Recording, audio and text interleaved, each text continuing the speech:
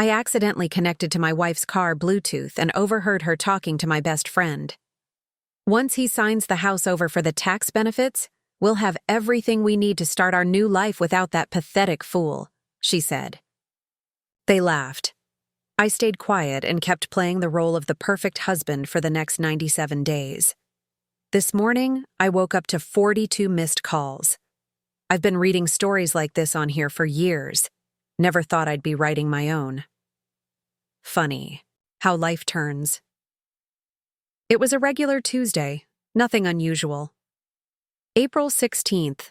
I remember it because it was the day before our monthly bills were due, and I was going over our budget like I always do. Mary, 37, and I, 39, have been married for 11 years, solid marriage, or so I believed. We had routines. She went to her book club every Tuesday, and I usually stayed late at work catching up. About 3 months ago, I left work early due to server issues. They let us go around 2:30 p.m. I figured I'd swing by Costco since we were running low on the basics. TP, coffee, and those dark chocolate sea salt caramels Mary loves. Just regular married life, right? I was sitting in the Costco parking lot, flipping through Spotify to find that podcast Carl had suggested about investing. Without thinking, I hit connect on Bluetooth. Normally, it links to my car, but this time, it connected to Mary's Highlander. Strange. Her car shouldn't be anywhere near here. Her book club meets across town at Rita's. Before I could disconnect, I heard laughing. It was Mary's laugh, the real one, not her polite social laugh. Then I heard Dylan's voice, my best friend since college. I froze, forgot about the podcast.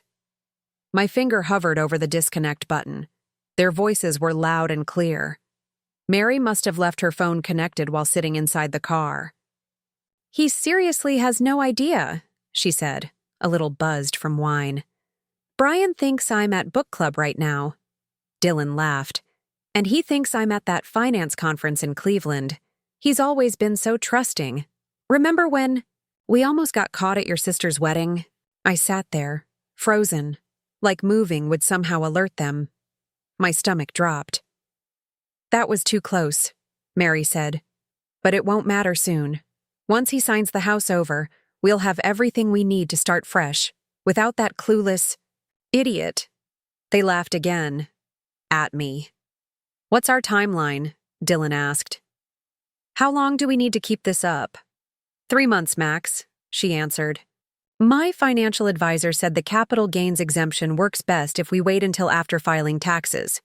Brian already believes putting the house in my name is smart because of my self-employment." 3 months. Exactly 97 days until our next tax appointment, the one Mary had already scheduled with her so-called trusted advisor. I sat in that parking lot, listening to them talk about their future, how they'd been seeing each other for 2 years, how Dylan had played my friend while sleeping with my wife, how Mary had been moving money from our joint account to a hidden one. My hands shook so bad I dropped my phone. The call ended. I stared out the windshield, mind racing. 11 years of marriage, a lifetime of friendship, gone. I don't remember how I drove home.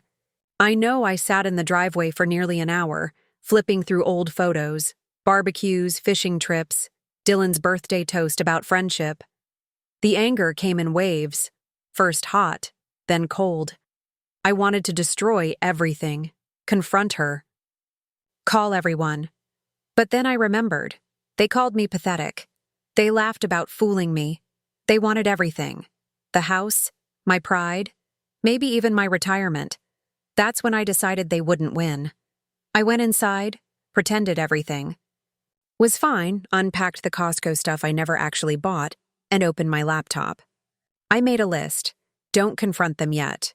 Log everything, dates, times, conversations, check financials, find a lawyer, secure my personal stuff, act normal, hardest part. That night, I created a new Proton Mail account, downloaded Signal onto an old phone, started recording my conversations with Mary, and took screenshots of our accounts. She came home around 9 p.m., smelled like cologne, wine in her cheeks. I was on the couch watching Ozark. I smiled and asked how book club went. "Oh, good," she said, vague as ever. "We're reading that bestseller everyone's talking about." I nodded. "I ordered pizza. There's some left in the fridge." She looked almost surprised at how calm I was. Maybe she expected a fight. Instead, I kissed her on the cheek and went back to the show. The next morning, I called in sick. As soon as she left, I tore the house apart. Found a second phone in her gym bag, bank statements for an account with almost 40K, printouts of emails between her and Dylan hidden in a tampon box. Classic move. I took photos of everything, then put it all back perfectly.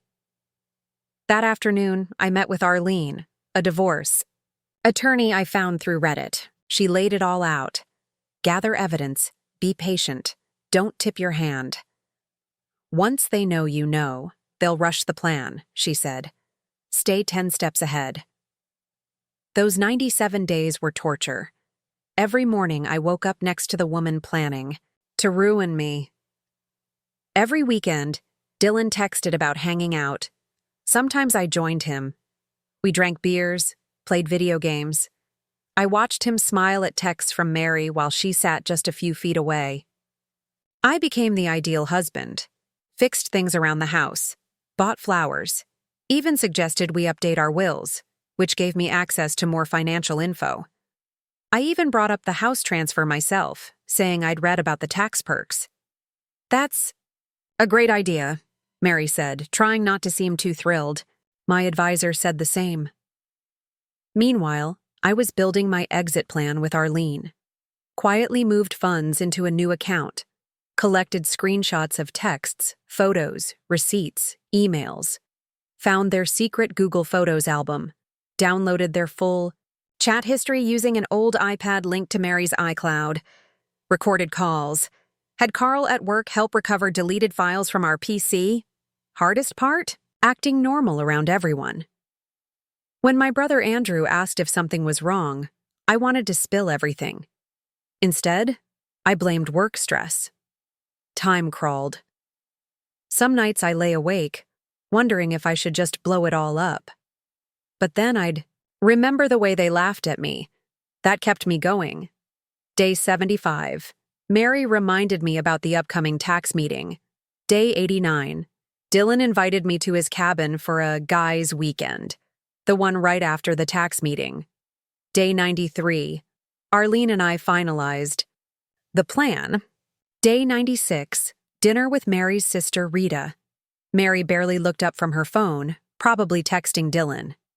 When Rita asked if we were okay, Mary jumped in, saying we were happier than ever. Then came day 97, the day they thought they'd win. The day of our tax appointment. But I had my own appointment that morning, and it wasn't with their advisor. I'll post the update tomorrow.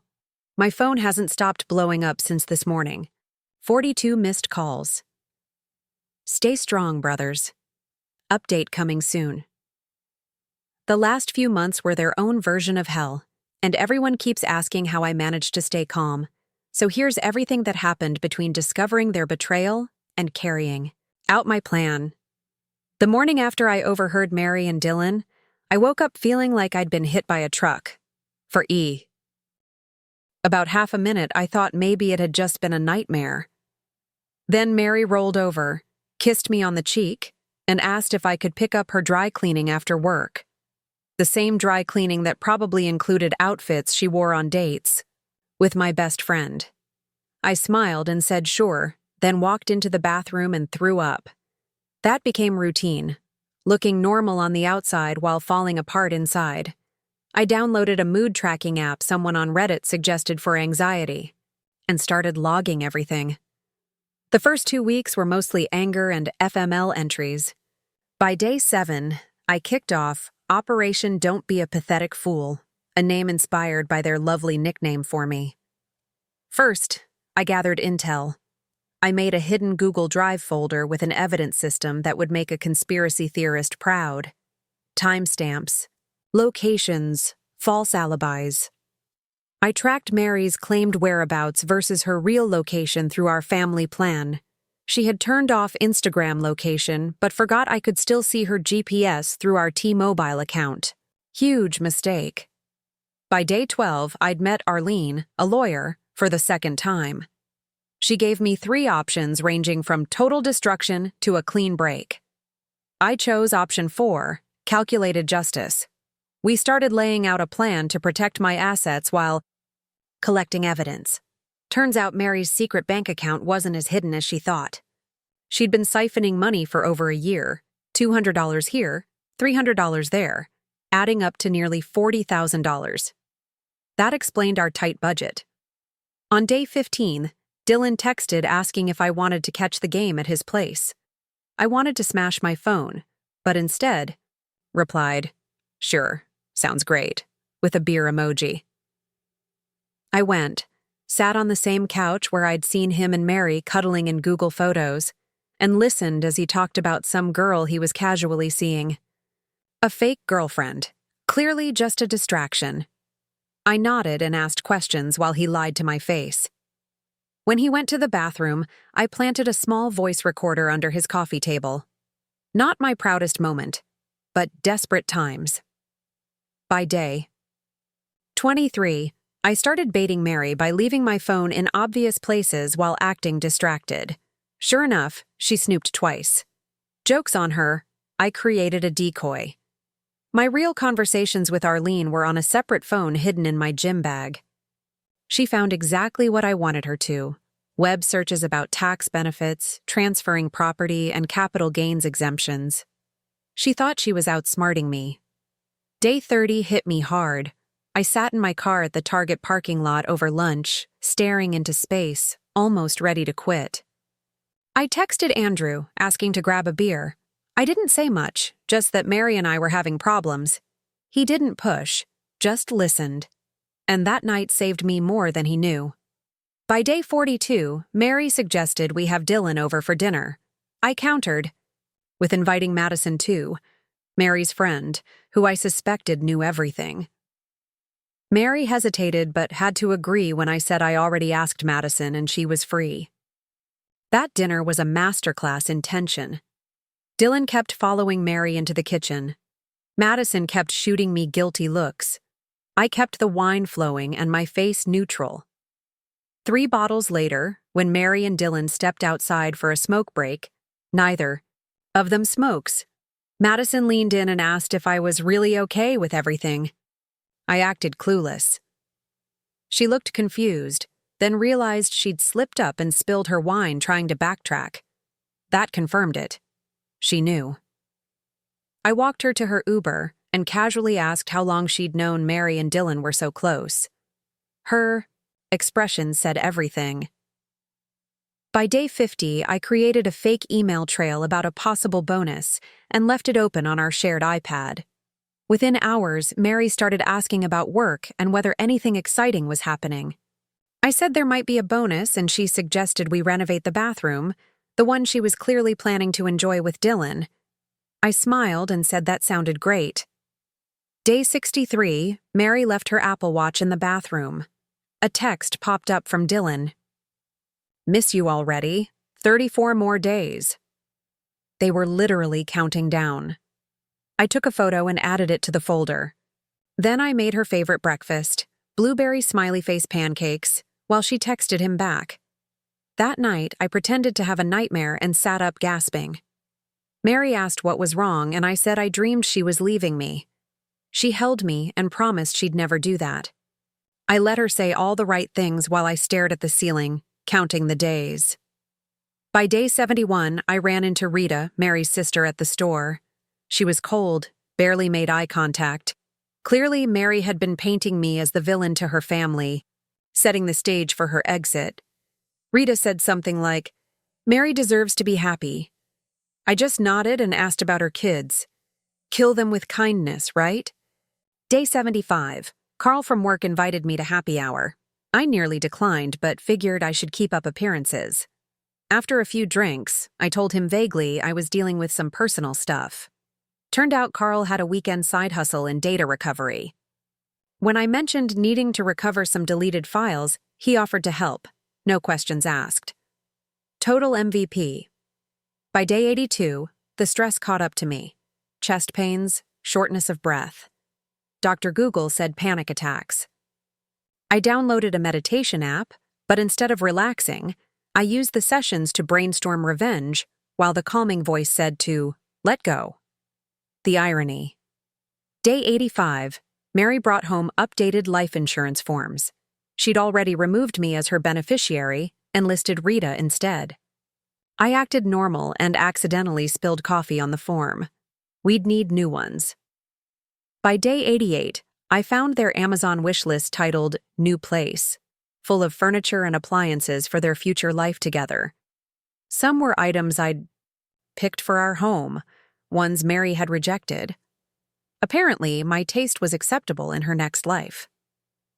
Day 90, I began quietly moving irreplaceable things to a storage unit. Nothing obvious. Just my grandfather's watch, my dad's baseball cards, key documents. I told Mary I was decluttering like that Netflix show. She even helped me pack. Day 91, Dylan invited me to his cabin for a guys' weekend right after our tax appointment. I agreed enthusiastically, suggested we stay for 3 days. Even asked if I should bring our fishing gear, already sold it to a dad teaching his son to fish. Day 94, Andrew helped me move the last few things. Still didn't know the full story, just that I might be crashing at his place soon. No questions, just set up the guest room and added me to his Netflix. Real brother stuff. Day 95, Carl came through, recovered hundreds of deleted messages and files. 3 years of texts, photos, plans, complaints. But the kicker? A document? Titled Financial Plan Post B, mapping out their life after me. I wasn't named, just referred to as current obstacle. 3 years reduced to an inconvenience. Day 96, Mary was extra sweet. Suggested dinner, wore the necklace I gave her for our anniversary, initiated sex for the first time in months. I played along, numb inside. Afterwards, she cuddled up and talked about our tax appointment, how it would secure our future. The same future she didn't plan to share with me. I smiled in the dark and said I was looking forward to it too. Day 97, I woke at 4 a.m., couldn't sleep. Sat on the porch with a coffee, thinking about the day ahead. The last day of pretending to be clueless. I made her a coffee, left it on her nightstand like always. She smiled sleepily and reminded me about the 2 p.m. appointment. I kissed her forehead and said I hadn't forgotten. I had another meeting at 9 a.m., one she didn't know about. By 10:30, everything was already set in motion. Tools. The wheels I'd spent 97 days carefully setting in motion had finally begun to turn. I sent 1 group text, made 3 calls, signed 5 documents, then shut off my phone, got in the car, and drove to the place where I'd stop pretending to be the perfect husband. The next time I turned my phone back on, I had 42 missed calls, 16 voicemails, 93 texts, and absolutely 0 regrets. The final update goes up tomorrow. Writing this out has been strangely healing. Thanks for listening, Reddit. Stay strong. Brothers. Final update. First off, thank you for all the support on the last posts. Never expected this kind of response. My DMs are overflowing. For those asking if I'm okay, I'm working on it, 1 day at a time. So day 97, the day everything came together. I woke up at 4:27 a.m. according to my Fitbit. Couldn't sleep. My stomach was doing flips. Not from anxiety, but this strange combo of relief and anticipation. 3 months of pretending were about to be over.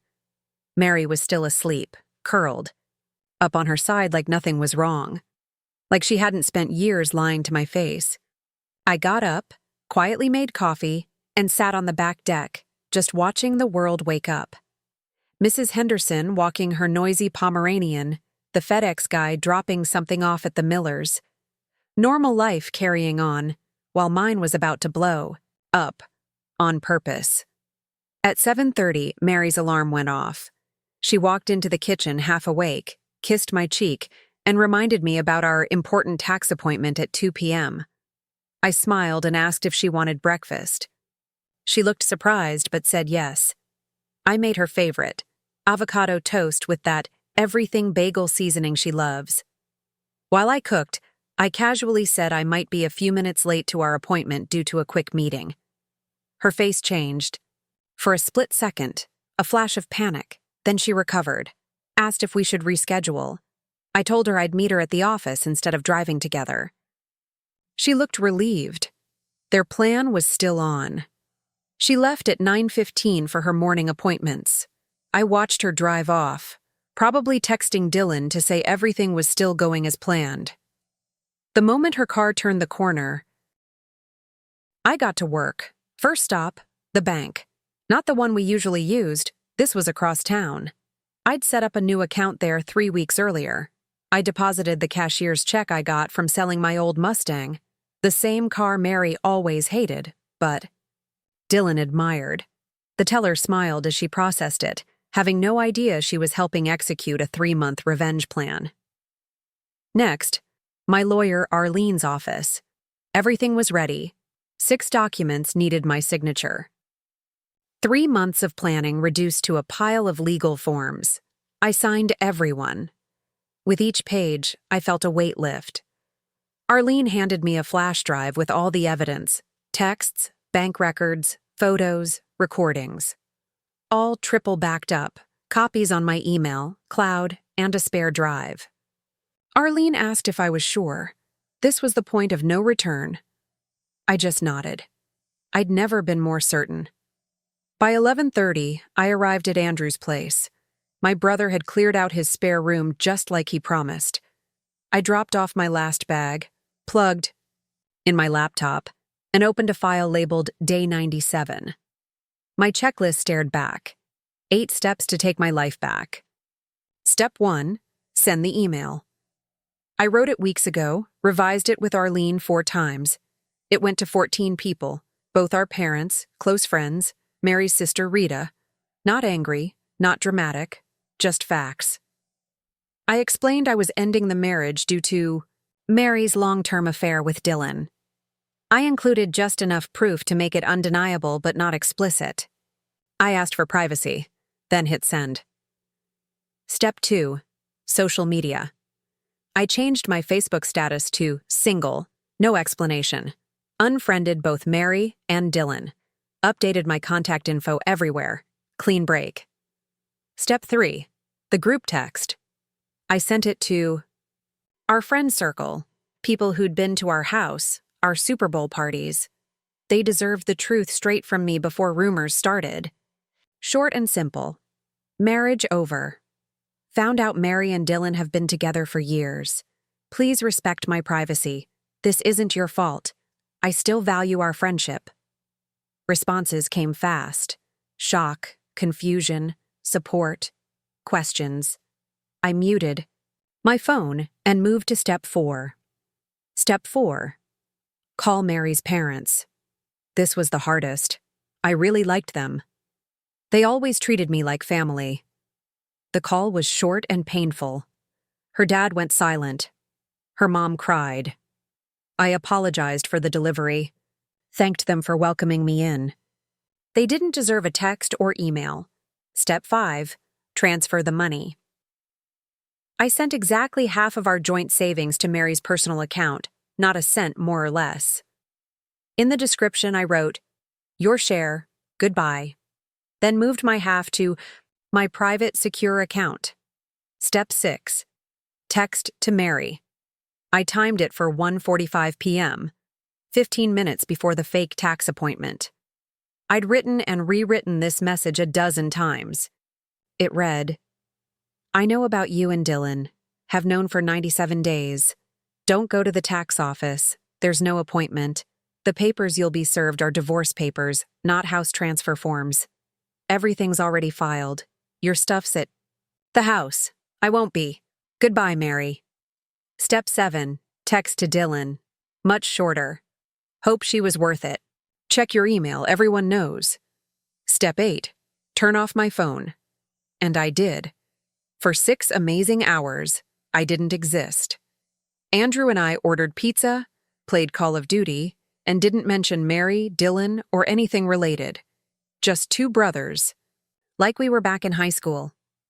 At 8:17 p.m., I powered my phone back on. 42 missed calls, 16 voicemails, 93 texts. Breakdown: 23 calls from Mary, 11 from Dylan, 4 from Rita, 3 from Mary's mom, and 1 from my own mom checking on me. The voicemails were chaos. Mary sobbing, then yelling, then begging. Dylan sounded like he was panicking. "We need to talk man to man. It's not what you think. We can fix this." Texts were a disaster. Mary cycling through denial, rage, desperation. Dylan realizing his image was shattered. Friends messaging support, confusion, offers to talk or crash at their place. But the best message? One from Madison, Mary's friend. She wrote, "I should have told you. I'm so sorry. What they did was awful." I replied to only 3 texts. Thanked my mom, told Carl I was good, and let Andrew know I'd be staying another night. The next morning, I woke up to 17 more missed calls and a wall of texts from Mary. Her tone had changed. Less angry, more panicked. She'd figured it out. The tax appointment had been with Arlene, who handed her divorce papers. Our families and friends now knew everything. The house wasn't being signed over to her. It was already listed to sell, with profits split. In the divorce. Her secret $40K account? Not so secret to the court. I decided it was time for a face-to-face. Not for closure, but to see her reaction when she realized she'd lost the upper hand. I told her to meet me at a Starbucks near Andrew's place, public enough to avoid a meltdown, private enough to talk. She said yes immediately. When I walked in, she was already sitting there, looking terrible. Puffy eyes, greasy hair, same. Clothes as yesterday. For a second, I felt something. Not sympathy, just the echo of caring about someone for 11 years. I sat down. She didn't say a word. Just stood there in silence. I let it hang in the air. That's when she broke down, stumbling through a mess of excuses, apologies, and blame. "It's not what it looks like. Dylan and I made a mistake. You invaded my privacy reading those messages. I still love you. We can fix this." I waited quietly until she ran out of things to say. Then I asked one question. "When did it start?" She paused, then finally admitted it had been going on nearly 3 years. At first it was just physical, but over time she claimed it turned into something more. Dylan, she said, understood her in ways I didn't. They didn't mean to hurt me. That's when I pulled out my phone and played the recording from her car's Bluetooth. The one where they laughed about stealing the house and called me a pathetic fool. Her face drained of color. I told her everything. How I'd known, for exactly 97 days. How I documented every lie, every meeting, every dollar she thought she'd hidden. How the tax loopholes they were so proud of had quietly been shut down without them realizing. She started crying again, said Dylan had pushed for it, that she had doubts. Then she asked if there was still a chance for us. I looked at her, this stranger wearing my wife's face, and felt nothing but the dull echo of what used to be love. I told her the divorce papers had already been filed. The terms were fair, and if she fought them, she'd only lose more. Money, dignity, reputation. The evidence was solid. As I stood to leave, she grabbed my arm and asked where I'd been. Staying. I didn't answer. She didn't deserve to know. I ran into Dylan 2 days later by pure chance. I was at Target picking up things for my new apartment. Funny how many everyday items you suddenly need all at once. I turned a corner and there he was, looking at phone chargers. His face when he saw me? Pure panic. "We need to talk," he said. "It's complicated. Mary and I never meant—" I cut him off. "Was it worth it?" I asked. 11 years of friendship, All those camping trips, game nights, birthdays, thrown away. For what? A relationship built on lies? He just stood there holding that phone charger like it could save him. I told him I didn't hate him. Hating him would take more energy than he deserved. Then I walked away, leaving him alone in an aisle full of electronics he didn't need. The next few weeks were a whirlwind. Legal stuff, moving out, adjusting. The house sold fast. I found a small apartment closer to work. Mary signed the papers without a fight, probably realizing that pushing back would only expose more of her. Lies. The fallout among friends went about how you'd expect. Some tried to stay neutral, but most sided with me once they knew everything. Dylan lost his spot in our fantasy football league. Petty, maybe, but satisfying. Madison reached out again to apologize for keeping their secret. Rita, Mary's own sister, called and said she was ashamed of her. 3 months after day 97, it was done. Divorce finalized. Clean break. We split everything fairly. I kept my retirement, she kept her secret stash. I didn't want a cent from her I hadn't earned. I heard through friends that she and Dylan are still together, living in a rented condo on the other side of town.